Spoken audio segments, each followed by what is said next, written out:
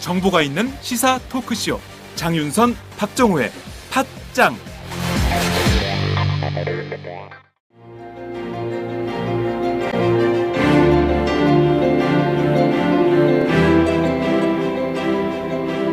하우스 맥주 유행하는 거 보면서 집에서 내가 만든 막걸리 한 잔, 옛날 방식 그대로 만든 술 한 번쯤 꿈꿔보셨죠? 전통 발효의 원천 기술은 전통 누룩입니다. 누룩을 알아야 나만의 술, 식초를 만들 수 있습니다. 엄마의 농장 마마스팜으로 오세요. 전통 누룩과 우리술, 그리고 현미식초의 장인 안성권, 마용옥 강사가 여러분과 함께 그 길을 걷겠습니다. 집집마다 맛이 다른 김치, 된장, 고추장처럼 내 손맛이 나는 발효식품에 도전하세요. 그 맛을 몰랐던 지난 세월을 한탄하게 될지도 모릅니다. 엄마의 농장 마마스팜 www.mamasfarm.co.kr www.mamasfarm.co.kr에서 2016년 전통 발효교육 1기부터 4기 수강생을 모집합니다. 문의 전화는 010-5479-8075 010-5479-8075입니다. 5479-8075. 와우! 거래처 노총각 김대리 드디어 장가간대요. 축하 화한 보내야겠어요. 어디로 꽃 주문할까요? 꽃 주문은 꽃주문닷컴이지. 꽃주문닷컴요? 그럼 우리나라에서 축하화한, 근조화한 잘 만드는 꽃집이 다 모여 있어. 가격, 품질, 배송 전부 다 꽃주문닷컴. 전화번호부터 적어도 1544-6430. 꽃주문닷컴은 언제나 좋은 상품과 정확한 배송으로 소비자의 만족을 추구합니다. 팟캐스트 듣는 사람들끼리 서로 돕고 삽시다. 꽃주문닷컴은 팟짱을 후원하고 있습니다. 1544-6430 꽃주문닷컴 1544-6430. 꽃주문닷컴은 현재 회원사도 모집 중입니다. 전국에 계신 꽃집 사장님들 지금 당장 전화주세요. 꽃주문닷컴은 생산자, 유통자 모두를 보호합니다. 4.16 세월호 참사 특별위원회의 활동의 성과와 과제를 확인하고 향후 대응 방안을 시급히 점검하고자 합니다. 또 관련법의 개정 방향도 지시될 수 있을 것 같습니다.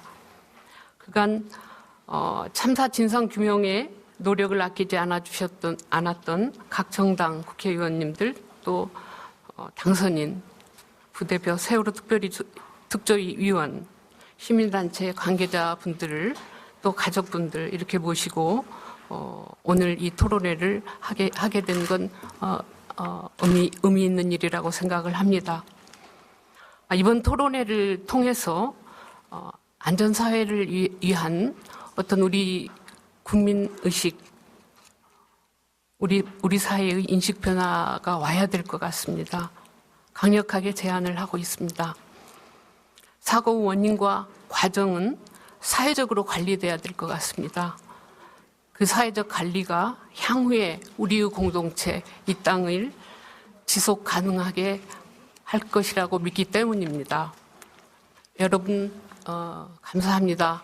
또 취재를 하러 이렇게 와주신 언론 종사자 여러분 감사드리고요. 특별히 TBS 텔레비전 오마이TV 생중계를 하고 계십니다.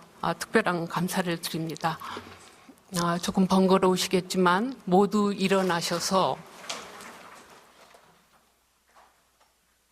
허망하게 가신 304명의 세월호 희생자 여러분, 특히 우리 곁으로 아직 돌아오지 못하고 있는 9분을 우리 곁으로 반드시 모시기 위한 마음을 모아서 묵념을 올리도록 하겠습니다. 묵념.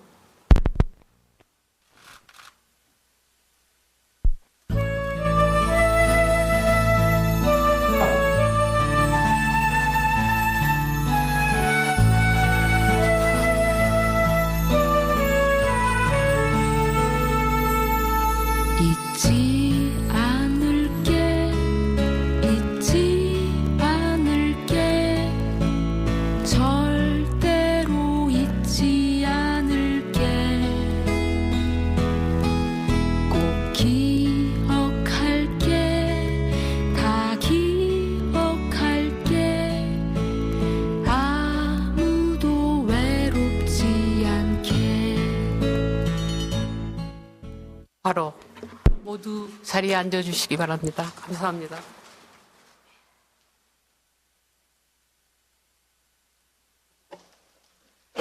오늘 긴급 토론의 제목 여러분 자료집 다 받고 계시지만 세월호 참사 2년 진상규명의 현황과 특별법 개정의 필요성에 관한 긴급 토론회입니다. 본격적인 토론에 들어가기 전에 세 분의 귀한 분들의 인사 말씀을 듣고자 합니다. 맨 처음 4.16 가족협의회 운영위원장이신 전병선 선생님의 말씀을 듣도록 하겠습니다. 선생님 앞으로 나와 주십시오.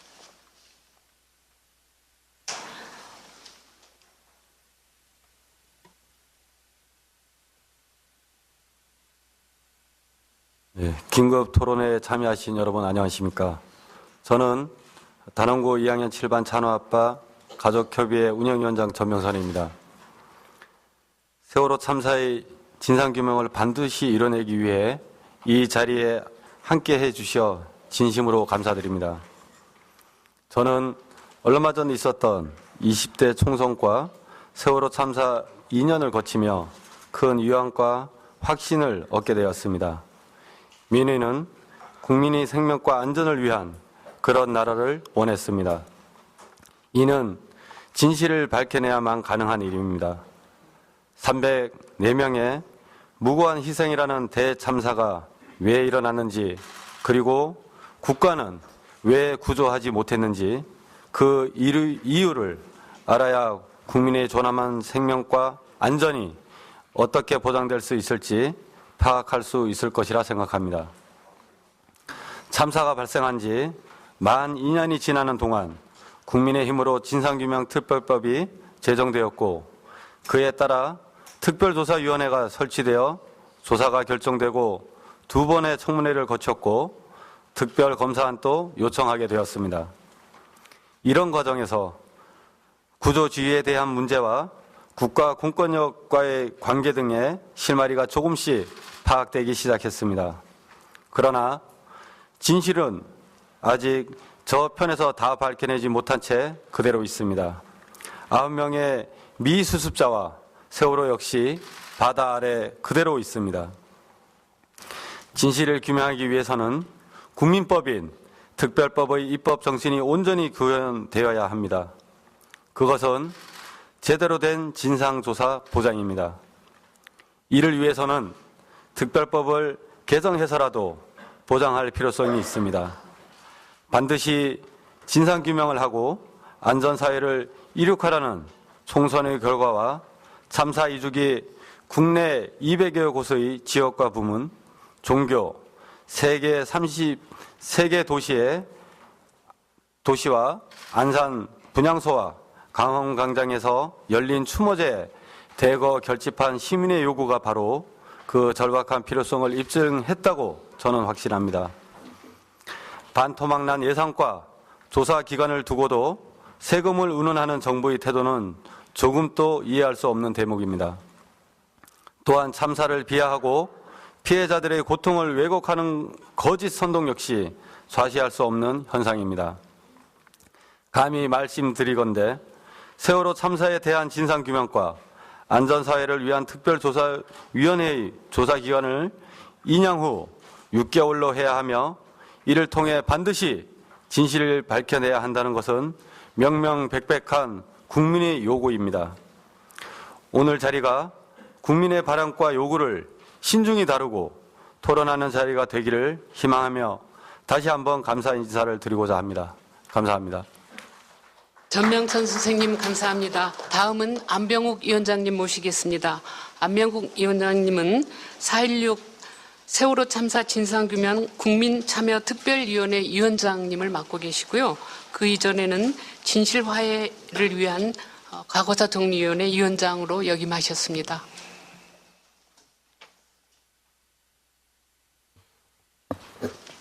예, 인사말이 주최 측 요구들을 쓰다 보니 좀 깁니다. 다 살펴보겠습니다.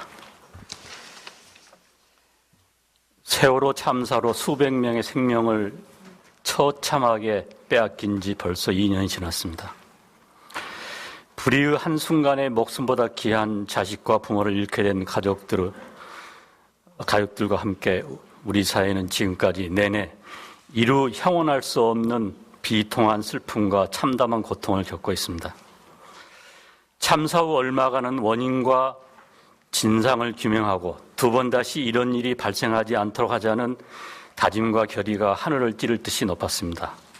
국민은 이러한 요구에 따라 4.16 세월호 참사 진상규명 및 안전사회 건설 등을 위한 특별법을 제정하고 특별조사위원회를 설치하기에 이르렀습니다.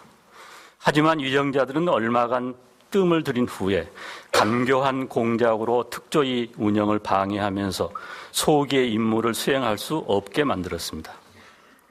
애초 정부와 집권 여당이 세월호 특별법 제정과 특조위 구성에 응했던 것은 다름 아니라 이를 통해 다급한 상황을 우선 모면해 보려는 잔꾀에 지나지 않았던 것입니다. 정부는 시행령에서 터무니없게도 특별법이 위임한 권한 범위를 위반하면서 관련 예산과 조직을 정권 입맛에 맞춰 일방적으로 장악할 수 있도록 했습니다. 정부 여당은 비겁하게도 오랫동안 예산을 배정하지 않고 개점 휴업 상태로 공전시킴으로써 법에 규정된 1년 6개월의 활동조차도 겨우 10달만 운영되도록 했습니다. 또 여당 추천위원들은 위원회 활동을 방해하기에 내부에서 온갖 초하기 짝이 없는 행태를 서슴없이 자행했습니다. 심지어 수구 언론과 폭력 오염단체를 동원해 적반하장으로 세월호 피해자와 희생자들을 함께 모욕을 가했습니다.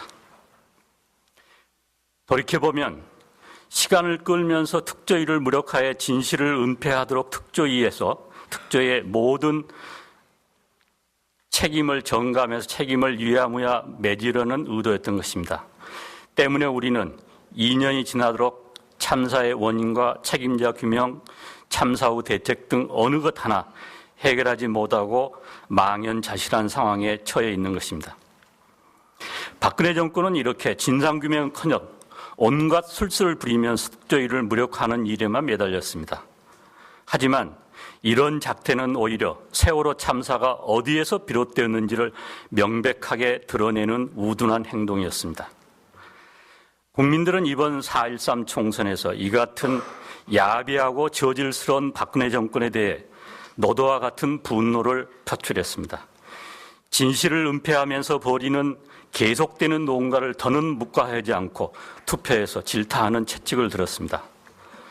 그런데도 지난 26일 언론인들과의 간담회에서 세월호 특조위를 두고 그동안 재정이 150억 원 정도 들어갔고 앞으로 인건비도 한 50억 원 정도 썼다고 알고 있다고 하면서 한참 모자란 푸념을 늘어놨습니다. 뼈저린 반성과 성찰이라는 국민들의 염원 같은 것은 털끝만치도 유명하지 않은 것입니다. 특조위와 관련해서 그가 알고 있는 것은 오직 들어간 세금 액수뿐이었습니다. 그동안 여당 국회의원, 여당 추천위원, 그리고 어버이연합 등 어용단체들이 세금 폭탄 운운하면서 특조위를 공격했는데 그 배경이 청와대라는 것이 분명하게 드러난 셈입니다. 반면에 오히려 세월호 참사와 함께 그동안 진실을 감추기에 자행한 위정자들의 모든 술수와 행태 또한 반드시 규명한 후 기록으로 남겨 역사적 교훈으로 삼아야 할 새로운 현안이 제기되었습니다. 진실을 은폐할 수는 없습니다. 진실을 감추려는 것은 수레바퀴를 막아서는 한 마리 범아제비와 같은 어리석은 일입니다. 서로 지체될지언정 감추는 만큼 더 드러나기 마련입니다. 이번 4.13 총선에서 확인된 국민의 요구를 받들어 이제부터라도 세월호 진상규명을 올바로 수행할 수 있도록 특별법을 보완해서 명실이 부합하게 조사 권한과 활동 기한을 확보해 주어야 합니다. 정부의 간섭과 방해를 받지 않고 원활하게 임무를 수행할 수 있게 해야 합니다. 이것이 세월호 참사의 고통을 극복하는 일이며 다시는 그 같은 일이 반복되지 않기를 바라는 국민의 기대에 부응하는 일입니다. 이번 총선에 표출된 국민들의 뜻을 새겨 세월호 참사의 진실을 명백히 규명하여 두고두고 상기하는 역사의 큰 교훈으로 삼도록 모두가 겸허한 자세로 최선을 다합시다. 탐욕에 휘둘리면서 생명을 이어받는 야만사회에서 벗어나 안전한 문명사회를 위해 필요한 대책들을 시급히 수립하도록 합시다. 감사합니다. 네, 안병욱 위원장님 감사합니다.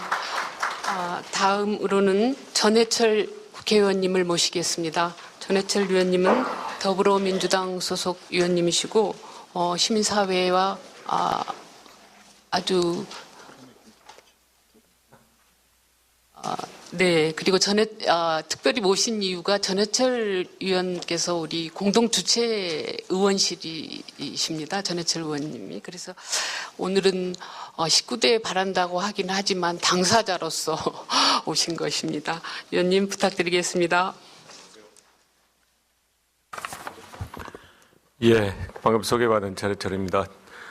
지금 토론의 주요한 내용이나 또 해야 될 것들이 19대에서 해야 되는 것이어서 제가 19대 의원으로서 굉장히 죄송하게 생각한다고 먼저 말씀을 드립니다. 그리고 실제로 안타깝고요.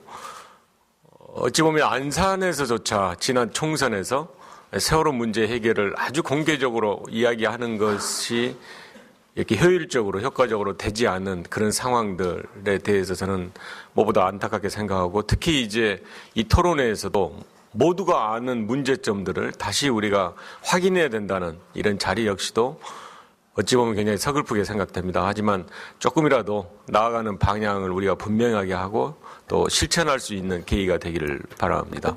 저는 일관되게 이야기한 게 다른 것보다도 정부 여당에 법을 지키면 좋겠다. 법만 지켜주라고 이야기를 했습니다. 법이 아신 바와 같이 세월호 관련해서 두 가지입니다. 하나는 지원에 관한 법률이 있고 진상규명에 관한 법률이 있습니다. 오늘 주제로는 되지 않았지만 지원에 관한 법률에 나와 있는 것도 작년 연말 예산에서 거의 삭감되거나 삭제되어 버렸습니다.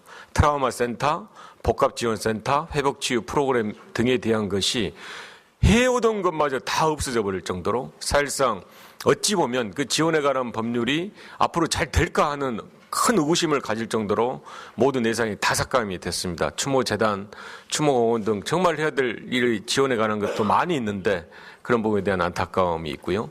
진상규명에 관해서는 이제 잘 아시다시피 시행령 제정부터 엄청난 방해가 있었습니다. 오늘 우리 권영빈 상임위원도 왔지만 여러 위원분들이 정말 노심초사 고생할 정도로 많은 어려움이 있었는데, 특히 급기야는 이제 당연하게 해야 되는 건 역시 법에 규정이 되어 있습니다. 시기 1년 6개월과 특검 이 두 가지를 방해하고 있는 것은 정말 안 맞다고 생각합니다. 시기에 대해서 올 6월 말까지라는 것은 그 관련 공무원들도 사석에서는 말도 안 되는 이야기라고 할 정도로 정말 그 논리적으로도 맞지 않고 규정으로도 맞지 않는 것을 뻔히 그냥 이렇게 끝까지 주장하고 관철하려고 하는 걸 보면 정말 이 사회에 상식이 있는가 이런 생각이 들고요.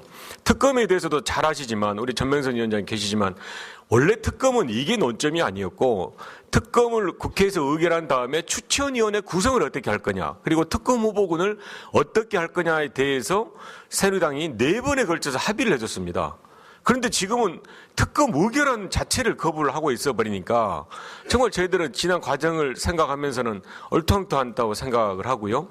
제가 이제 또 법사위 간사해서 더욱 죄송하게 생각합니다만은 지난주 법사위에서도 이 특검법은 통과하자, 이게 법사위에서 심의하는 게 아니다. 이거는 국회 의결 사항이 법에 규정된 거다. 그리고 새누리당에서도 추천위원회를 그 가족들과 협의하기로 합의를 하지 않았냐고 했는데 막무가내로 전혀 되어버리지 않았고, 시기에 대해서도 지난주에 원내대표 간 또 그 토론, 원내대표 간 협상과 수석 간 협상에 제가 강하게 이야기해서 우리 더불어민주당에는 무조건 이 시기는 지금 안 하면 안 된다. 6월 말 이거는 어떤 그 국회 이 협상에 우선적으로 해야 된다고 했는데 결론은 하나도 안 되고 미쟁점 법안만 하는 거로 되고, 이제 마지막은 이번 19일 날이 본회의입니다. 그런 면에서 아무튼 19일 전에는 적어도 시기 부분은 여야가 아무튼 합의해서 통과돼야 된다고 생각하고 그 노력을 계속하겠다는 죄송스러운 말씀드리고요. 솔직히 말씀드리면 특검은 이 법사위에서 될 가능성이 조금은 높지 않지만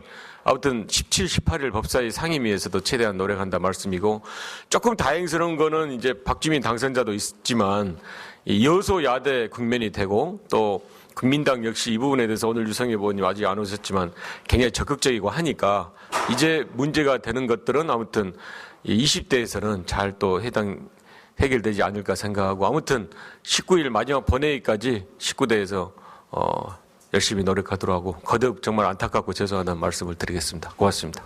네, 감사합니다. 따뜻한 인사 말씀을 해주신 전명선 선생님, 안병옥 선생님, 전해철 선생님 감사드립니다. 여러분 모두 이 세 분께 뜨거운 박수를 좀 보내주시기 바랍니다.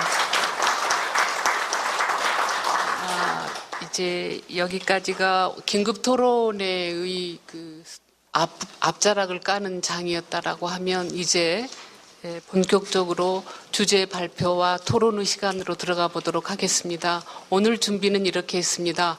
주제 발표는 2분이 하시고 토론은 4분이 하실 겁니다. 이미 여기에 오신 분들이 다 예측하고 계시지만 무슨 주제 발표가 나올지, 무슨 토론이 나올지 거의 우리 자신의 문제이고 우리 자신이 생각했던 내용들이기 때문에 잘 아시리라고 생각합니다. 특히 진상조사위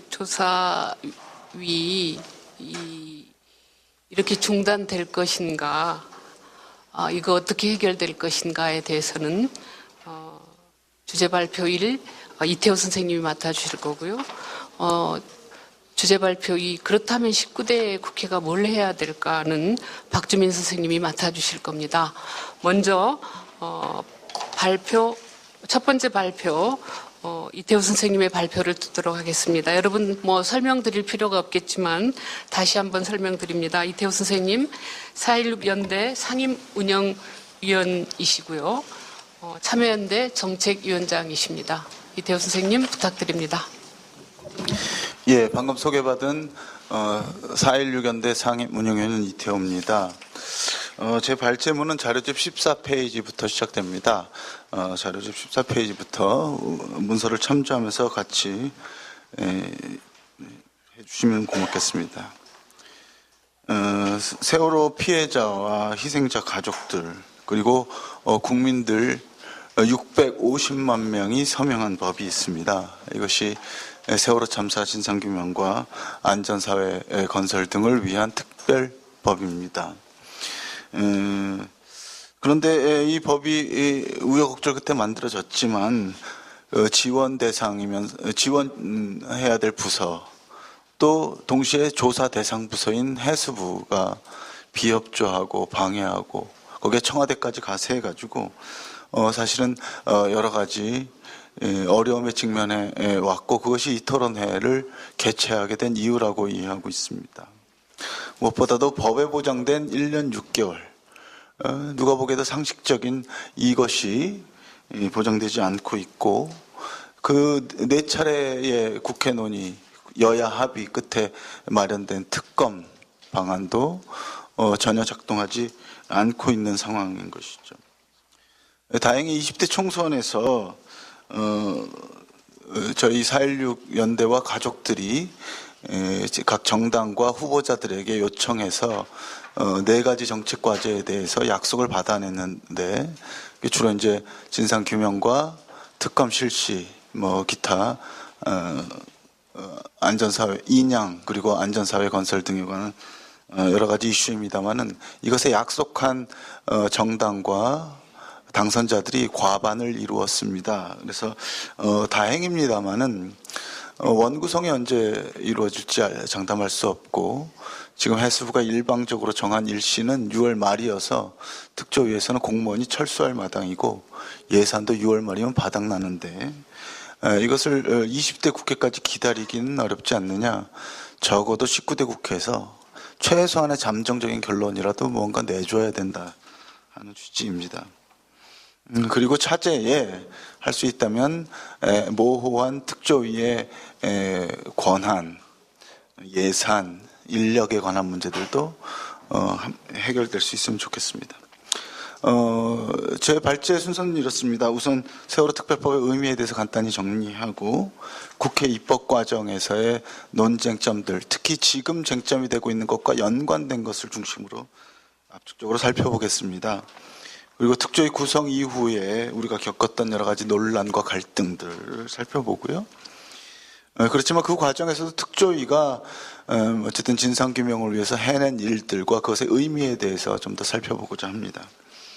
그리고 20대 총선 과정에서 어떤 사회적 논의가 있었고 또 민의가 어떻게 드러났는지에 대해서 확인해 보고자 하고요. 그러면서 몇 가지 제안을 드리고자 합니다. 먼저 세월호 특별법과 특별조사위원회 설치의 의미에 대해서 간단히 설명드려 보겠습니다. 이 특별법은 전무후무한 국민운동의 성과다, 이렇게 말씀드릴 수 있습니다. 입법 청원 당시 350만 명이 직접 서명한 것을 가지고 우리가 가족들과 함께 여의도 광장에서 행진해 와가지고 국회에 전달되었습니다. 그 행렬만 1km가 넘었고 그때 당시의 서명 용지만 350만이었습니다. 이것만으로도 국회 역사상 청원된 어떤 법보다 많은 사람들이 가장 많은 사람들이 참여한 법안입니다. 그리고 그 법안의 초안을 각계의 의견을 수렴해서 물론 가족들의 요구 그리고 시민사회의 요구 등을 두루 반영해서 대한변협이 TF를 구성해서 작성했습니다. 그 TF에는 저희도 가족을 대신해서 참여한 바가 있습니다. 물론 대한변협 초안이 다 받아들여진 건 아니지만 어쨌든 여야가 합의해서 통과시킨 법입니다. 4차례의 합의를 거쳐서 가족들과 지난한 토론 끝에 초정파적 합의에 의해서 탄생된 법이고 그 법의 골자는 그렇습니다. 조사권은 특조위에게, 기소와 수사권은 특검에게 주겠다는 것입니다. 그리고 그 특검은 가족이 동의하는 사람이 하게 하겠다. 그래서 독립성을 보장하겠다는 취지였습니다.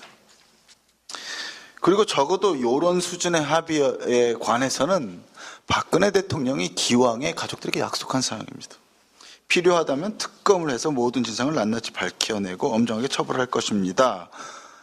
그리고 여야와 민간이 참여하는 진상조사위원회를 포함한 특별법을 만들 것도 제안합니다.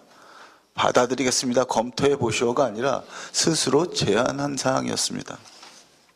그래서 특별법이 만들어졌고 특별조사위원회가 만들어졌습니다.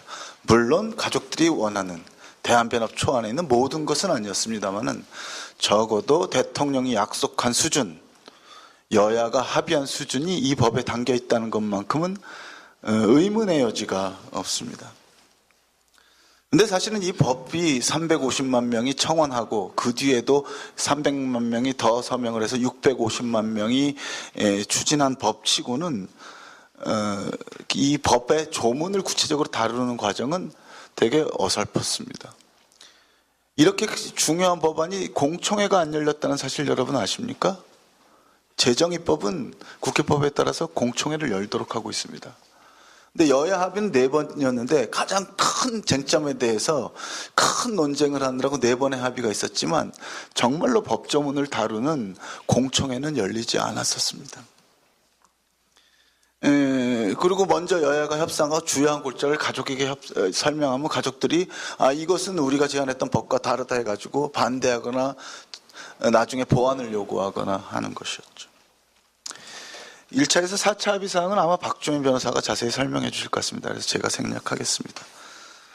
다만 한 가지 18페이지 하단과 19페이지 상단에 그 공청회가 없으면서 그다음에 막판에 4차 합의 이후에 서둘러 조문하는 과정에서 무슨 일이 있었냐면 가족들은 하루빨리 진상규명이 진행되길 원했기 때문에 이 법이 2015년 1월 2일부터 시행하자는 조항을 제안했습니다. 그래서 지금 담겨져 있습니다. 해수부가 특조위의 활동은 2015년 1월 1일 날 시작했다라고 해석해서 올해 6월까지로 이외에는 예산을 제공도 안 하고 인력을 제공 안 하는 이유가 된 것이 사실은 가족들이 애타는 마음에서 1월 1일부터 가급적이면 특조위가 특별법이 시행되었으면 한다는 뜻은 반영되었습니다. 근데 거기에 단서가 있었습니다. 그때까지 특조위원회가 구성되어야 된다. 근데 법안을 보니까 그 구체적인 내용이 없고 조사 기간과 관련해서는 특조위 구성을 마친 날로부터라는 말이 있고 시행일이라는 말이 있고 위원 임기라는 말이 있는데 위원 임기, 시행일은 나와 있는데 구성한 날로부터라고 구성을 마친 날로부터인데 구성을 마친 날로에 대한 규정이 없어서 그때 조문할 때 여기 박주민 변호사도 계시지만 저희가 강력하게 얘기했습니다. 구성을 1월 1일까지 마칠 것을 부칙에 명시해달라고 얘기했었습니다. 근데 어쨌든 구성을 마친 날이라는 문장이 법에 들어가 있어서인지 몰라도 불행하게도 여야는 그것을 법정원에 명시하지 않았습니다. 물론 법정원에 명시하지 않았다 해도 법에 문제가 있는 건 아닙니다. 구성을 마친 날이라고는 상식적인 조문이 법에 들어가 있기 때문에. 하지만 해수부는 1월 1일 날 시행했기 때문에 진상조사는 1월 1일부터 시작된 것을 본다 이렇게 해석하고 있는 것 같은데 1월 1일은 법에 따라서 특별조사위원회라고 하는 국가기구를 설치할 수 있게 된 날이라고 해석하는 것이 상식적인 것이 아닌가 이렇게 생각합니다. 특조위 그 법이 시행된 이후에 특조위를 구성하려고 했습니다만 여러 가지 문제가 있었던 거 잘 아실 겁니다. 첫 번째 위원 임명이 3월 5일 상임위원, 3월 9일 비상임위원 해가지고 3월 초에나 맞춰졌습니다. 대통령이 외유하면서 그것도 전달하듯이 전해졌습니다. 그 다음에 특조위 설립 준비단이 시행령안을 냈는데 그것이 거부당한 후에 해수부 주관으로 해가지고 3월 27일 입법예고가 시행령이 입법됐습니다. 이 시행령은 위법한 시행령이라고 해서 참사 1주기를 앞두고 큰 논란이 되었었습니다. 정부가 파견한 기획조정실장이 특조위 업무를 그다음에 각 소위 업무를 종합하고 조정하고 기획한다. 이런 말도 안 되는 것이 있어서 나중에 행정지원실장으로 바뀌긴 했습니다만은 어쨌든 문제가 되었고요. 그 뒤에도 많은 위법한 내용들이 있었습니다. 정한 법의 조사 범위를 임의로 정부 조사 결과를 검증하는 수준으로 축소하려는 것이 시행령에 나타나서 그것도 문제가 됐습니다. 자료집에 나오는 표는 저희 국민대책회의가 만든 위법한 시행령안의 사례들 그리고 당시에 새정치민주연합이 제출했던 위법한 시행령의 사례들이 나와 있습니다. 근데 어쨌든 논란 끝에 5월 11일이면 이 시행령도 통과가 되게 됩니다. 근데 잘 알려지지 않은 사실은 너무도 잘 알려져 있지만 언론이 이 부분에 대해서는 주목하지 않아서 잘 안 알려지게 된 사실이 있습니다. 유승민 원내대표가 원내대표직에서 사임하게 된 스토리입니다. 그게 박근혜 대통령이 배신의 정치다 해가지고 했던 어떤 정파적인 논쟁 구도만 소개되는데요. 실제로 유승민 대표가 새누리당 원내대표직에서 물러나게 된 것은 세월호 특별법 시행령 때문이었습니다. 시행령이 너무도 위법하니까 당시에 여야 원내대표 입장에서는 적어도 헌법비건이 국회 입장에서는 정파를 초월해서 시행령이 법을 위반해서는 안 된다는 의견을 낼 수밖에 없었습니다. 그런데 당연히 해수부나 정부는 국회의 권고를 거부하죠. 기획조정실장을 행정지원실장으로 이름을 바꾸는 것 외에는 그대로 시행령을 밀어붙이게 됩니다. 그래서 여야가 다시는 이런 일이 없게 하자라는 취지로 국회법을 개정합니다. 아시다시피 국회법 개정안은 대통령의 거부권 행사에 직면하고 그것이 유승민 대표가 옷을 벗게 되고 심지어 이번 20대 총선에서 공천도 못 받게 되는 근거가 되는 거죠. 사실은 청와대에 아집과 고집이 없었다면 사실은 지금 일어나고 있는 많은 특별조사위원회나 특별법 관련한 것이 상식적으로 아무리 정치적 입장 차이가 있더라도 여야가 충분히 합의할 만한 것이었다는 점을 이 점이 분명히 보여주고 있습니다. 그 다음에 예산안 문제인데, 예산안 문제는요, 2015년 예산은 세금 도둑 논란 끝에 4분의 1로 깎입니다. 특조위가 8월 달까지 활동하지 않았는데 왜 예산을 받아야 되냐? 상임위원 월급은 줄 수 있지만 특조위는 활동을 하지 않았기 때문에 예산을 줄 수 없다 해가지고 8월까지 예산을 주지 않았잖아요. 근데 해수부는 특조위가 조사 활동을 1월 1일부터 활동했다고 하니 그것도 참 저희로서는 어떤 해괴한 논리 때문인지 이해를 할 수 없습니다. 그래서 하여간 상반기로 활동 못한 거를 염두에 두고 160억으로 특조위가 예산을 신청했는데 그것도 깎여서 89억이 됩니다. 그래서 사실은 해수부 특조위에서는 2015년에는 4분의 1만을 가지고 활동을 했어야 됐습니다. 2016년 예산은 1년간 활동했으니까 1년 예산 다 필요 없겠네 하는 것이 또 해수부의 또 해괴한 해석입니다. 2015년 예산은 안 주고 2016년 예산은 2015년에 다 활동했는데 무슨 또 예산이 필요하니? 우리 엄마가 용돈 안 주고 그 다음 해 가가지고는 너 작년에 용돈 많이 지난달에 용돈 많이 받았잖아, 이렇게 되는 거잖아요. 3분의 1로 깎입니다. 왜 2분의 1이 아니고 3분의 1이냐? 아니 특조위가 정밀조사 같은 걸 해서 뭐해? 외부 연구영역 같은 건 해서 뭐하지? 우리가 해주면 되잖아. 우리가 한 거 받아. 정밀조사도 해수부가 하면 돼. 용역도 해수부가 하면 돼. 해수부는 조사 대상 기관입니다. 그리고 특조위의 조사를 받으면서 특조위 활동을 지원하라고 한 부서입니다. 근데 마치 상전처럼 굴면서 예산을 삭감하고 특조위가 예산기관, 관련 기관인 기획재정부와 직접 예산을 가지고 협상하는 것을 가로막고 가로채고 심지어 특조위가 준비한 예산 명세서를 가져가서 자기 예산에 반영하고 세월호 선체조사 예산을 해수부가 가로채갔죠. 그래서 이것도 역시 국회에서 보니까 농해수위 차원에서 보면 여야 모두 말이 안 된다 했던 겁니다. 농해수위 차원에서는 예산 심사하는 과정에서 그래도 한 60억 정도는 추가로 배정해야 된다. 180억을 다 줄 수는 없어도 122억까지는 줘야 된다라고 여야가 합의했던 사항입니다. 하지만 본회의에 가서 총선 예산 마련하느라고 각자 지역구 예산 늘리다 보니까 본회의 처리 과정에서는 이마저도 반영되지 않았습니다. 그래서 특조위는 3분의 1의 예산만을 가지고 올해 활동을 하게 된 거죠. 사부처 인력, 그 예산 문제하고 사무처 인력 120명이다 해가지고 세금 도둑을 이란 얘기를 새누리당 원내 수석대표라는 김재원 의원, 나중에 이 양반이 세월호 문제를 다루는 청와대 정무특보로까지 갔는데, 이런 양반이 거기 갔으니 세월호 문제가 그야말로 우리 박근혜 대통령이 그렇게 좋아하는 국민 통합적으로 해결될 리가 없었던 것이겠지만, 사무처 정원을 120명으로 한다고 특별법에 나와 있습니다. 상임위원을 사무처라고 할 수 있습니까? 근데 그래서 애초에 특조위원은 상임위원 포함 125명 안을 냈는데 이것을 냈던 것 때문에 특조위가 갑자기 세금 도둑이 되었습니다. 그것도 알만한 정치인의 입에 나와서.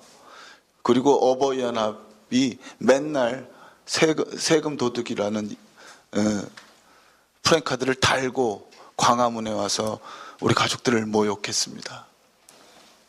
이게 해수부, 이게 청와대 정무특보, 여당의 원내 수석 대표라고 하는 책임 있는 정치인이 한 양아치보다 못한 짓입니다.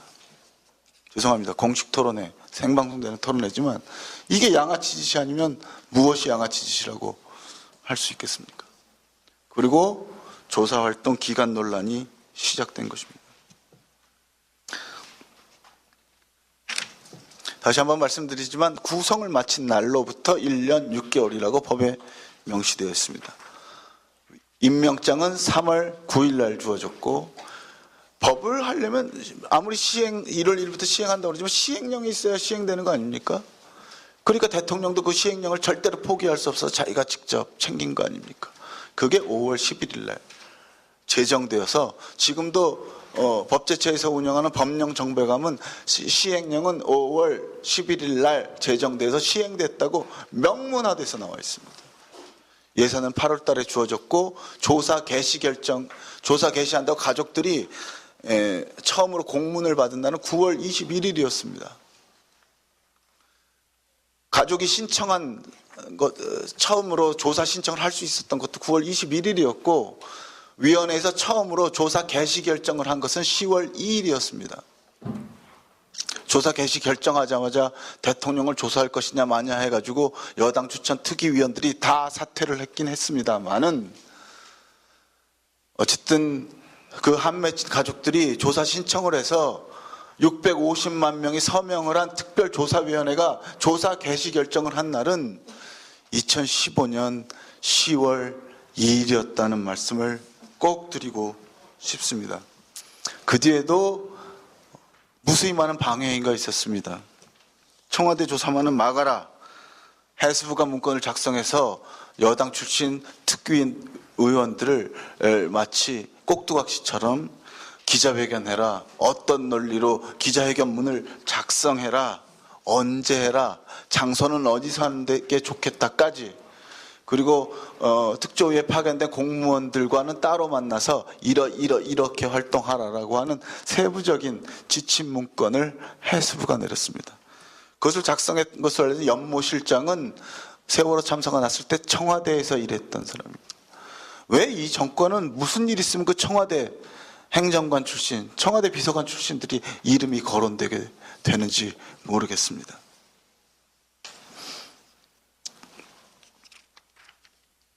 어버이연합 게이트는 너무 유명하기 때문에 따로 설명드리지 않고 심지어 어버이연합뿐만 아니라 태극 의열단이니 뭐니 하는 단체들을 사주해가지고 특조위원을 공격하게 만들고 심지어는 가족들까지 핍박하게 만드는 일들이 버젓이 구체적으로 증거를 가지고 드러났습니다. 하지만 이것에 대해서 검찰이 수사했다는 얘기는 아직 들어보지 못했습니다. 다섯 번째, 그럼에도 불구하고 특조위원회는 1차, 2차 청문회, 국회 어떤 의원은 특조위가 20번을 하는데 20번을 하면 분탕질이 난다.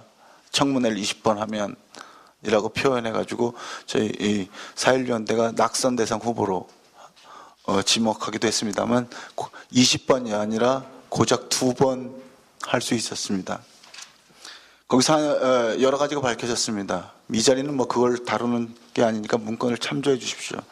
한 10가지 정도가 밝혀졌습니다. 항적도 관련, VH 교신이나 공영무선만 녹취록의 편집이나 조작 관련, 그리고 구조하지 않은 것과 관련, 그리고 퇴선 명령을 내리지 않은 것에, 그리고 구조를 못한 것에 해경 지휘부가 직접적으로 관련이 있다는 것, 그리고 국정원과 청해진 해운이 특수관계였다는 것, 그리고 세월호는 적어도 9개월 이상 유실방지 대책 없이 방치되었는데 인양 제대로 될 수 있을지 없을지 불투명하다는 것 등이 드러나고 있습니다. 적어도 가족들에게는 매우 제한된 온갖 방해 속에 진행되지만 특조위는 최소한의 효율성을 갖는 진상규명을 할 수 있는 최소한의 수단이라는 사실이 조금씩 밝혀지고 있고 가족들은 약간씩 안도하고 있습니다만은 그 특조위는 6월이면 인력도 예산도 가지지 못할 예정입니다. 해경 윗선에 대해서는 기소도 그 전에 수사도 제대로 안 됐다는 게 청문회에서 밝혀졌지만 그래서 여기에서는 약속한 대로 특검을 해야 된다고 특검 요청을 했지만 말씀드린 대로 특검 요청은 아직 받아들여지지 않았는데 특조위 활동하는 동안 2번의 특검을 할 수 있도록 법에 명시되어 있습니다. 이게 여야 4차까지 가고 가족들이 2번이나 총회에서 반대하면서까지 확보한 것인데 언제 특검을 2번 할 수 있을지 걱정입니다. 국정원과 청와대 와 세월호의 관련성 지금 계속 드러나고 있죠. 공중파에서도 다뤄졌고 속속 드러나고 있습니다. 왜 대해 장황한 말을 하지 않겠습니다. 대통령이 세월호 터지자마자 국가개조라고 하면서 관피와 척결을 그렇게 얘기했습니다. 아니 청해진 해운과 국정원이 대단한 음모를 가지고 개입했다는 것까지 다 빼고 국민의 누가 보기에도 국정원이 진짜 국가 안보를 위해서 청해진을 관리한 것만은 아니라는 사실은 누가 보기에도 분명한 거 아닙니까? 그럼 관피와 척결 차원에서라도 국정원을 샅샅이 뒤져서 국가 개조까지는 아니더라도 국정원 개조라도 해야 되는 거 아닙니까? 지금 이 정부는 국정원에게 얼마나 많은 역할들을 맡기고 있습니까? 대국민 심리전도 맡기고 있고요. 테러 방지법 만들어가지고 무수히 많은 국민 사찰 권한도 주고 있는데 이 사람들이 다 와서 갑질하고 청해진에서 빨대 꽂아가지고 돈 빼먹듯이 온 국민을 그렇게 하면 어떻게 합니까? 테러 방지법에 따르면 지방에 있는 무슨 시도 협의회까지 다 국정원 담당자들이 의장을 하도록 만들어놨던데 적어도 관피와 척결 차원에서도 국정원에 대해서 감사원이든 검찰이든 특검이든 청와대가 직접 나서는 사정특별반이든 만들어야 되는 거 아닙니까? 두 번째로 청와대는 감사원도 비껴갔고 검찰 조사는 당연히 비껴갔습니다. 근데 청와대가 그렇게 영상을 많이 요구하고 보고를 요구해서 구조도 못했다는 진술이 청문회 할 때마다 속속 나오고 있는데 그렇게 보고를 받았던 대통령이 어떻게 5시에 나와가지고 구명조끼 타령을 합니까? 이것에 대해서는 특별법에 명백히 구조 군환작업 관련해서 정부 대응의 적정성에 대해서 조사와 관련된 사항이 특조위의 목표다라고 임무라고 명시되어 있습니다. 그리고 그 뒤에 34페이지, 5페이지에 보면 미국 9.11위원회 사례를 적어놨습니다. 미국 9.11위원회는 현직 대통령, 현직 부통령을 다 조사했습니다. 전직 대통령은 말할 것도 없습니다. 일본 후쿠시마 사례는 열거 안 해놨는데 후쿠시마 사례에도 정부위원회, 국회의원회 모두 총리를 직접 조사했습니다. 원전 터지는데 총리가 왜 조사를 받아야 됩니까? 우리 청와대 논리대로라면 다 조사받았습니다. 청문회 미국 9.11위원회는 무려 12차례 청문회를 했습니다. 긴 시간도 아니었습니다. 1년 6개월 만에 12번의 청문회를 했습니다. 지금 특조위는 기껏 6월 초인가요? 말인가요? 한 번 더 청문회를 하는 것이 상반기까지의 목표입니다. 특조위도 너무 청문회를 조금 한다고 저는 생각합니다. 적어도 세월호에 터진 문제를 다루려면 12번까지는 아니더라도 적어도 10번을 청문회 한다는 계획을 가족 앞에 빨리 제출해야 될 것으로 저는 믿습니다. 청와대가 너무 상식밖이었고 해수부는 상식 이하였는데 총선에서는 어려운 조건에서도 민의가 확인되었습니다. 36페이지, 37페이지 표를 보시면 저희가 12개 과제, 오늘은 주로 4개 약속 과제 중에 특별조사위원회의 독립적인 활동 보장과 특검에 대한 겁니다만은 온전한 인양과 그리고 미수자의 온전한 수습, 그리고 수습된 배를 어떻게 할 것인지 여러분 들어보셨습니까? 이게 생방송이니까 이 말씀을 꼭 드려야 될 것 같습니다. 천안함은 건지자마자 나사 하나 바꾸지 않고 국민 100만 명에게 반의무적으로 방문하게 해서 교육을 시켰습니다. 정부는 국가가 구하지 못한 산 증거인 세월호 선체를 어디다 거치해서 모든 교사들로 하여금 모든 국민들로 하여금 방문하게 할 것인지 이 자리에서 대통령과 해수부와 여야 정당들에게 공식적으로 여쭙고 싶습니다. 인양된 선체를 어떻게 할 계획인지 가족과 국민 앞에 꼭 밝혀주십시오. 그리고 세 번째, 안전대책, 특히 직장과 공공시설에서 안전 문제가 발생했을 때 누가 책임질 것인가, 어떻게 책임 범위를 확대해서 온전히 처벌받게 하고 재발을 막을 것인가 하는 문제. 그리고 네 번째, 구제 및 지원 특별법, 피해 구제 및 지원 특별법. 가족들이 보상 더 받자고 이게 한 거 아닙니다.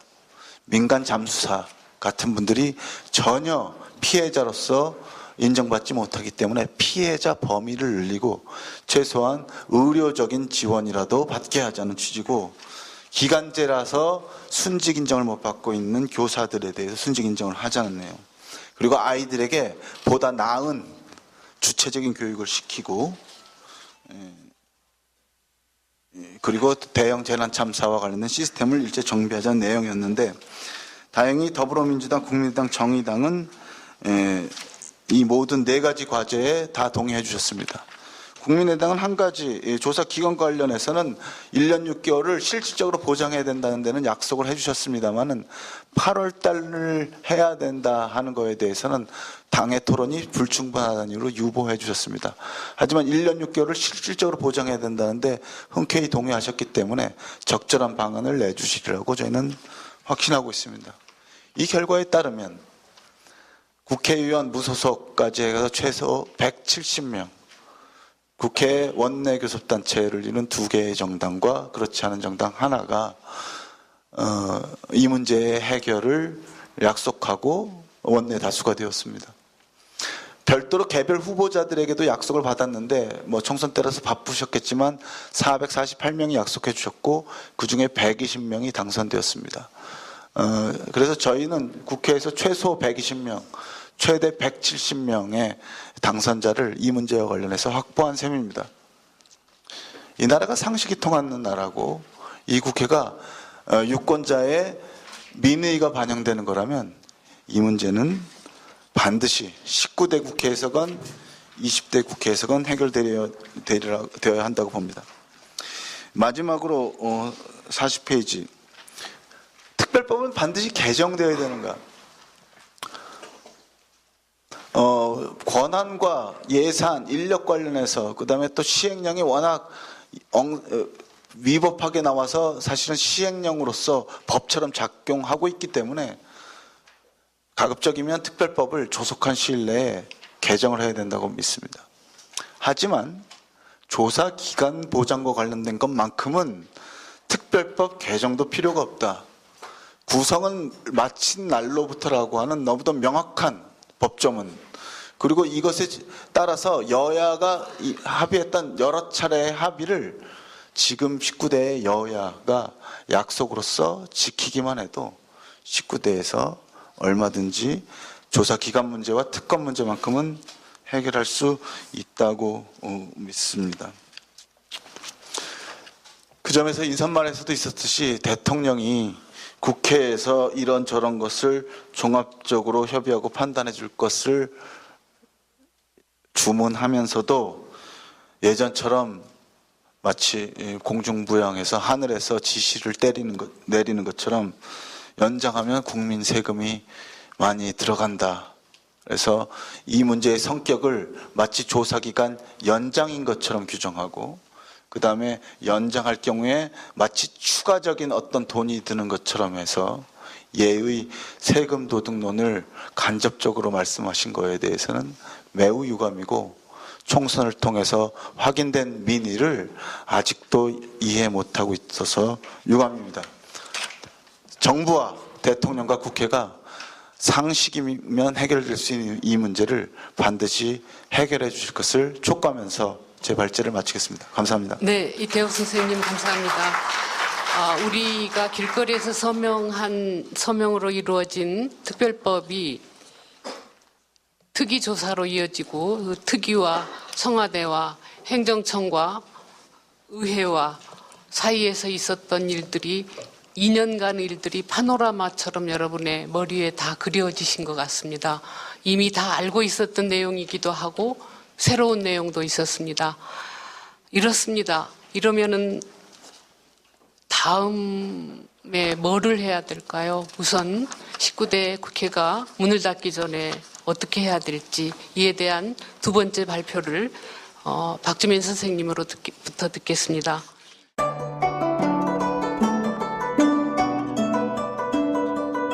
안녕하십니까. 저는 정도전을 15년 전에 최초로 소설로 썼던 작가 임종일입니다. 사실 정도전을 소설로 쓰는 데만 10년이 걸렸는데 그 시절 무명의 고달픈 심신을 양꼬치와 고량주로 달래주었던 풍무 양꼬치. 풍무 양꼬치는 월드컵 4강의 기쁨도 나라골 우습게 돌아가고 분통이 터질 때도 늘 함께했던 안식처이자 사랑방이었습니다. 진짜 정의파인 주인장은 세상을 뒤집어 푼 남자 정도전을 누구보다 먼저 알아보았고, 그래서 제 소설 정도전은 역사의 곡이 없습니다. 풍무 양꼬치 역시 맛과 양심이 살아있습니다. 좋은 사람끼리는 꼭 만나야 합니다. 어떻습니까? 오늘 풍무 양꼬치에서 만납시다. 2호선 구로 디지털 단지역으로 오세요. 예약 문의 02809-9292 02809-9292. 팟짱 애청자라고 하시면 정성 가득 담긴 서비스도 나갑니다. 여러분 간곡하게 양해를 좀 부탁드리겠습니다. 사실은 조금 첫 번째 발표가 조금 더 빨리 끝나기로 했었는데 좀 우리가 사연이 많지 않습니까? 그래서 좀 늘어지고 있습니다. 지금 두 번째 발표를 듣기 전에 우선 토론에 참여해 주신 정당 중에 한 분이신 유성엽 의원님의 토론을 먼저 듣고 제 순서로 다시 밟도록 하겠습니다. 여러분 양해해 주시기 부탁드리고 유성엽 의원님의 토론을 듣도록 하겠습니다. 감사합니다. 예, 먼저 죄송스럽다라는 말씀을 드리고 또 한편으로는 감사하다는 말씀을 드리겠습니다. 제가 이게 순서가 이게 아닌데 여러 사정으로 좀 이렇게 순서를 이렇게 좀 뛰어넘은 것 같습니다. 지금 사실은 제가 주최하는 토론회도 아직 지금 끝나지를 안 해가지고 지금 거기서 먼저 살짝 빠져나와서 오늘 이 토론회에 참석을 했는데요. 여러 가지 좀 복잡한 사정이 있음을 좀 감안하셔서 너그럽게 이해를 해주셨으면 좋겠습니다. 사실 저는 지금 현재 그 국민의당에 소속되어 있습니다. 국민의당에 창당하기 전에 새정치민주연합 시절에는 제가 세월호 대책 특별위원장을 새정치민주연합에서 맡았었고요. 지금은 현재 국민의당 소속으로 넘어와 있습니다. 세월호 관련해서 지금 특별법이 그 두 개가 있죠. 그 세월호 진상규명 특별법이 있고 세월호 또 유가족 그 피해구제 특별법이 이렇게 두 개가 있는데, 진상규명 특별법은 초기 논의 단계에서는 제가 참여를 했었는데 마지막 마무리는 제가 참여를 하지를 안 했었고 이제 윗선으로 다 올라갔죠. 그때 원내대표 정책위의장선으로. 다만 제가 실질적으로 마무리했던 것은 이제 세월호 그 피해구제에 관한 특별법은 제가 실질적으로 마무리를 했던 기억이 있습니다.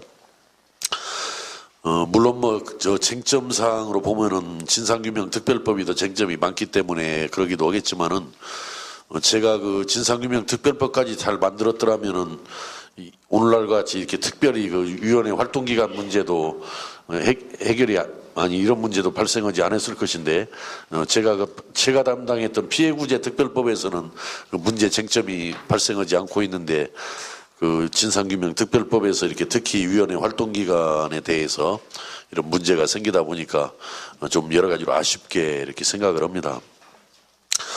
법을 만들 때 아무래도 그 당시 경황 중에 그래서 그랬는지는 모르지만은 좀 이렇게 법률 해석을 둘러싸고 논란이 있게 만들어졌어요.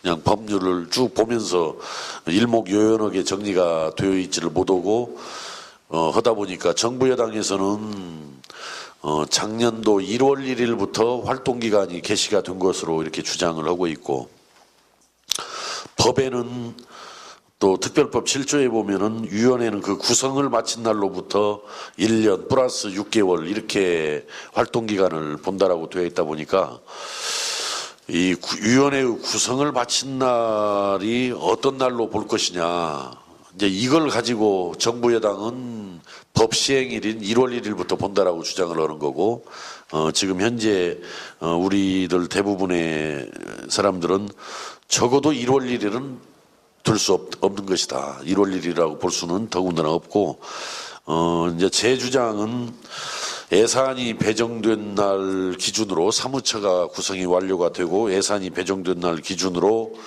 그때부터 해서 1년 6개월로 보는 것이 타당하다, 이런 주장인데, 그 책자 페이지 그 66페이지를 한번 봐주시면은요, 66페이지를 봐주시면은 그 네모 속에 들어있는 표입니다. 그 1월 1일 날 특별법이 시행이 되어 있고, 3월 5일 날 위원 임명장 수여가 되어 있고, 또 3월 9일 날 이제 위원회에서 위원장과 부위원장 선출이 있었고요.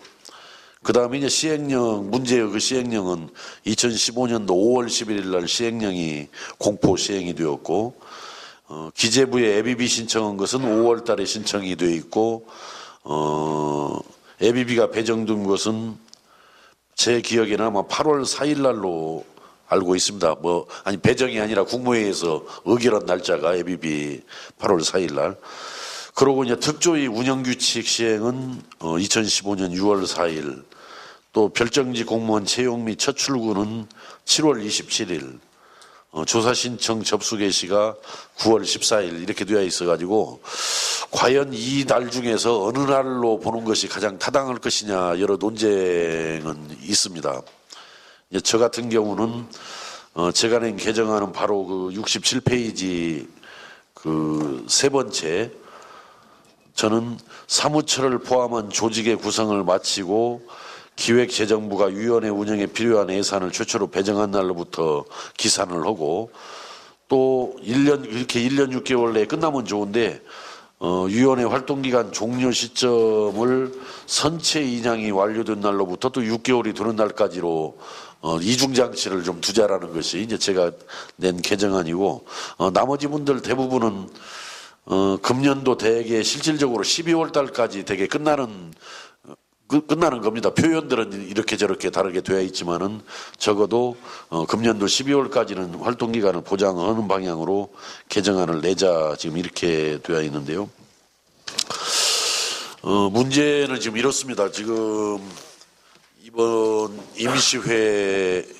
임시회에 쟁점이 없는 법안들은 물론 처리를 해나가고, 이제 쟁점 법안들 중에서 지금 새누리당에서는 소위 노동개혁법 등 5개를 지금 처리해달라는 쟁점 법안으로 냈고,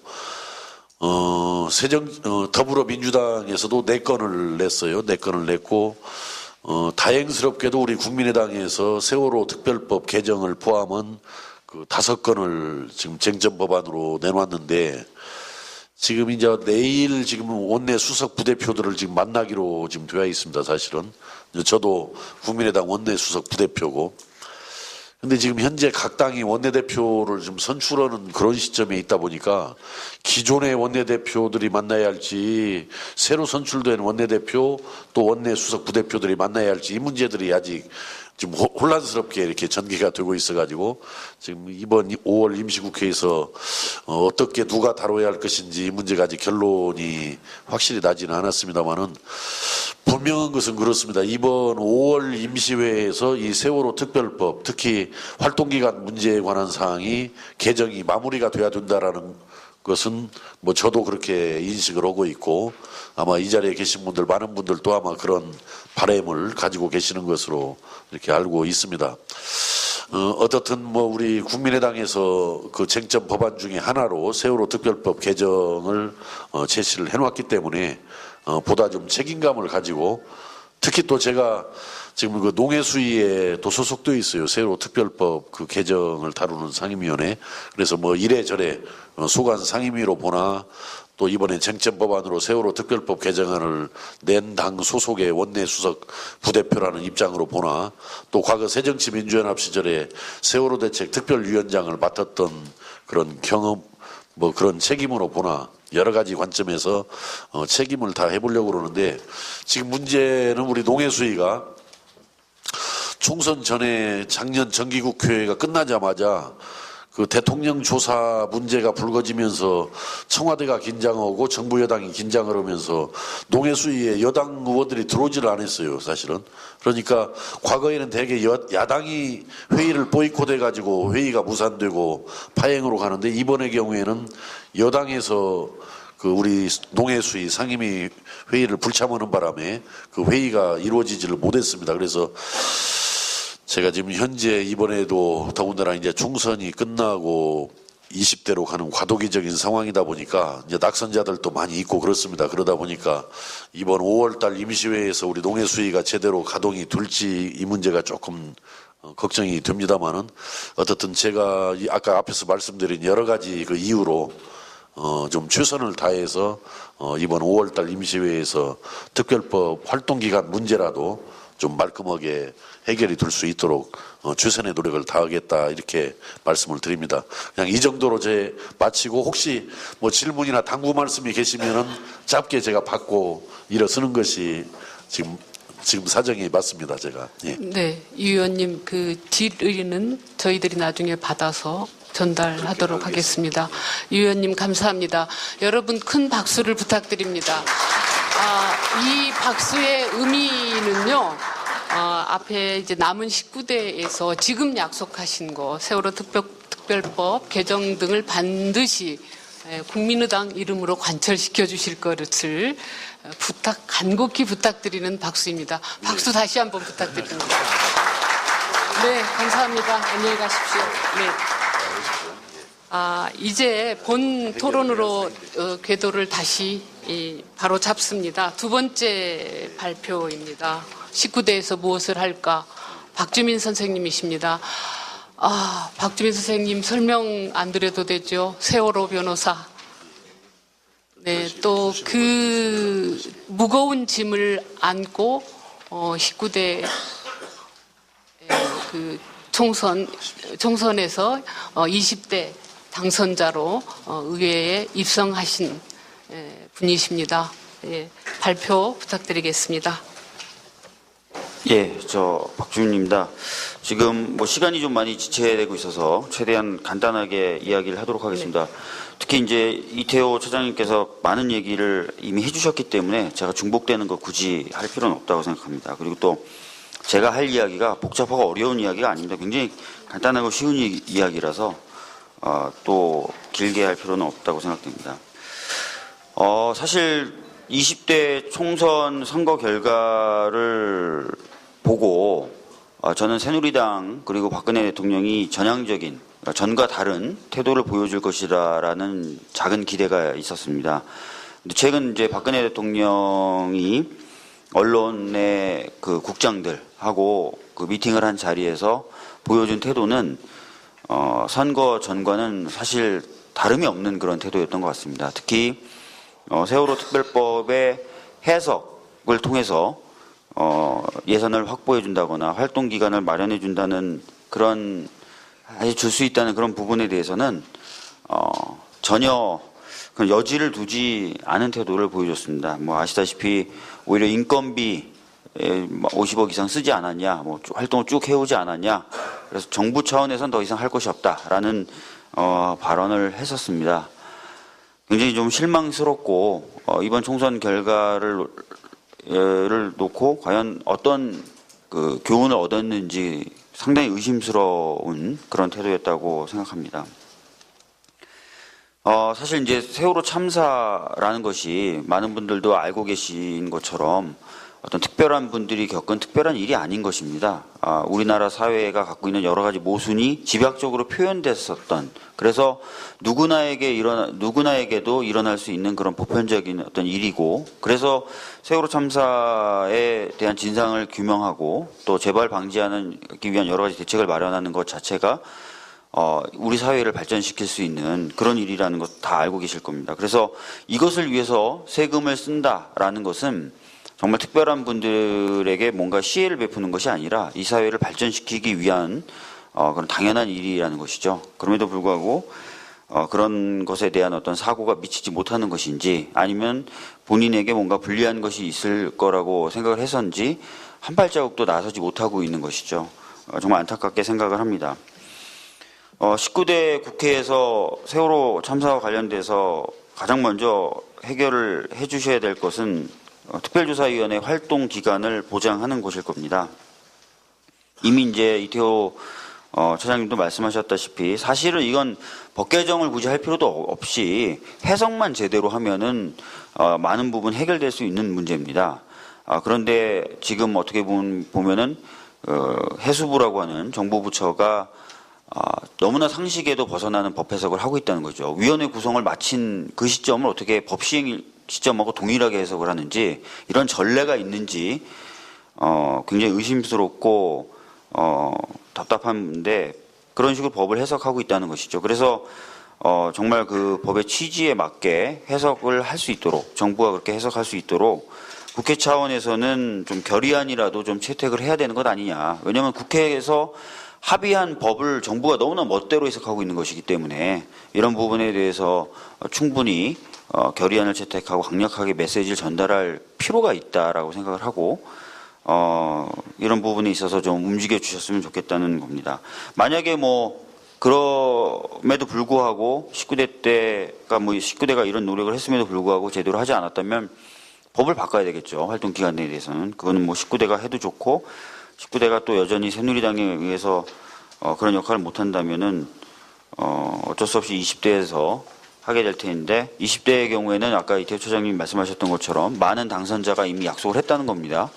그래서 19대 때 하면 제일 좋고, 안 되면 20대 때는 반드시 되도록 좀 해야 될 필요가 있다는 말씀 좀 드리겠습니다. 그리고 기간 문제 말고도 세월호 선체에 대한 그 조사 권한 부분은 여전히 좀 불명확한 부분이 좀 있어요. 근데 사실 진상규명을 위해서 만들어진 특별법이기 때문에 당연히 진상규명을 위한 활동을 하는 특조위가 세월호 선체에 대한 정밀조사 권한을 갖고 있다라고 보는 게 맞는데, 이 부분 역시도 지금 법에 이제 명시가 돼 있지 않다는 이유로 해수부가 다 자신의 권한인 것처럼 지금 해석을 하고 있고, 예산 편성도 그런 이야기로 하고 있는데, 이 부분 역시도 사실은 해석을 통해서 충분히 정부가 특조위의 권한으로 해석을 하고 예산도 배정해 줄 수 있는데 그렇게 안 되고 있는 건데, 이 부분도 19대에서 뭔가 강력한 의사표명이 있었으면 좋겠다는 생각이 들고, 그게 안 된다면 이 역시도 법을 좀 개정해야 되겠죠. 그래서 19대에서 좀 개정을 해줬으면 좋겠다. 이 역시도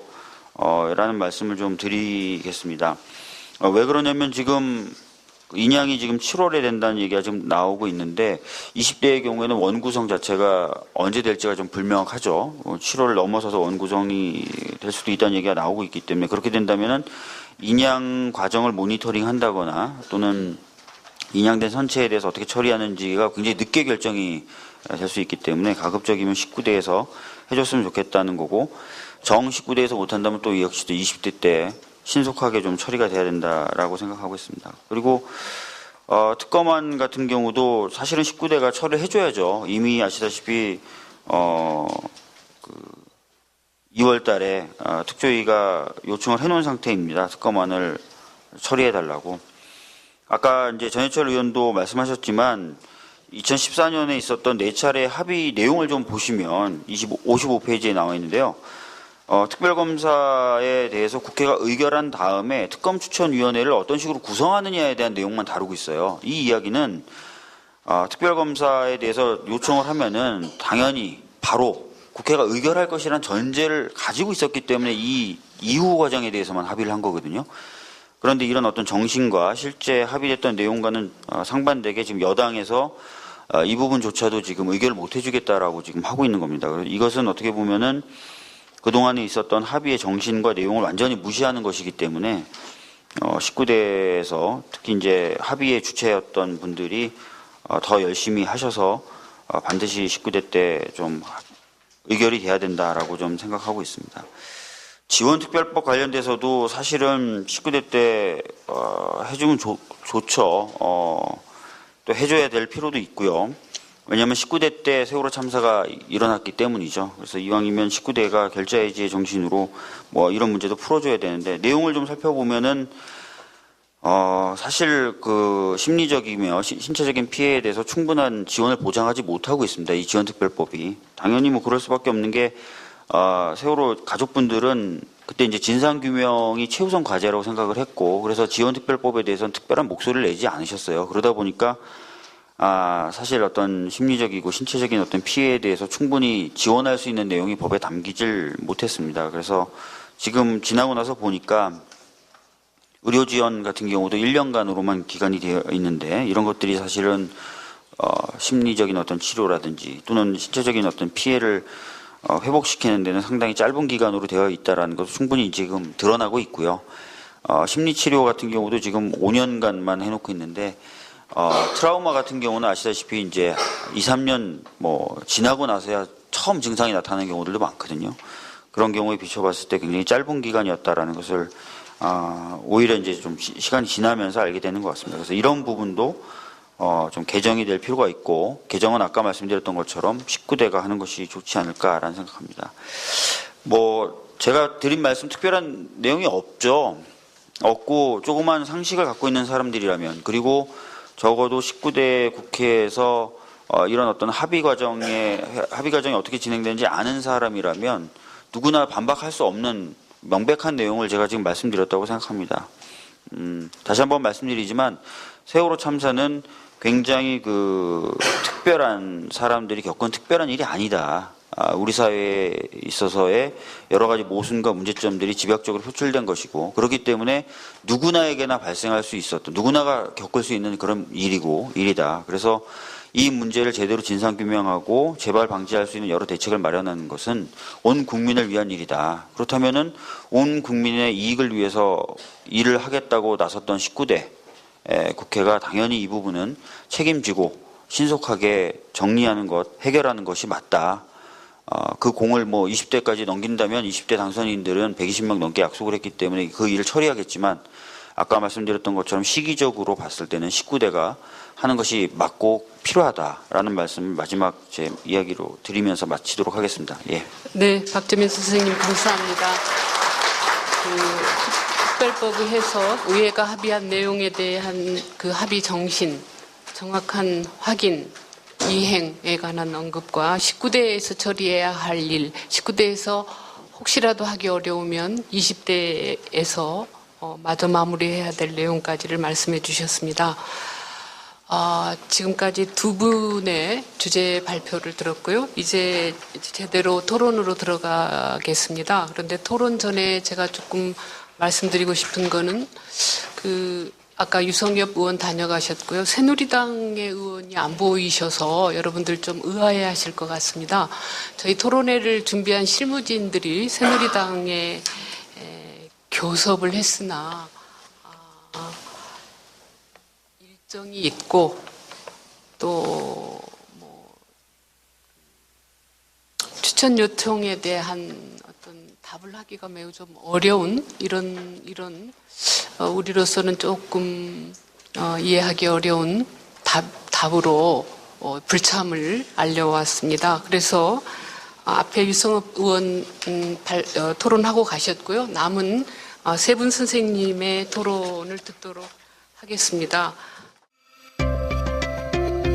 오늘도 오마이뉴스 10만인 클럽 후원 회원님들의 발길은 이어지고 있습니다. 국민이 속지 않고 믿을 수 있는 언론을 기대합니다. 시민을 위한 언론, 오마이뉴스가 진보 종편으로 꼭 성공하기를 빕니다. 시민들의 판단에 위한 충실한 진실 전달자가 되어주세요. 민주주의가 왜곡 후퇴하는 이 불의하고 참담한 현실이 하나하나 타개되길 소망합니다. 오마이뉴스를 믿고 응원합니다. 장윤선, 박정호의 팟짱 후원하시는 10만인 클럽 회원님들의 가입 동기입니다. 참 절박하죠?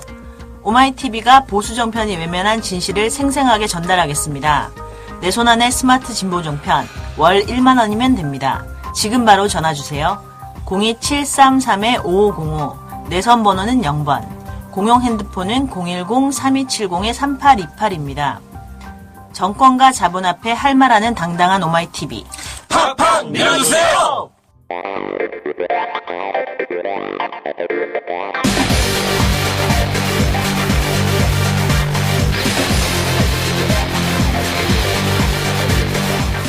정보가 있는 시사 토크쇼 장윤선, 박정호의 팟짱.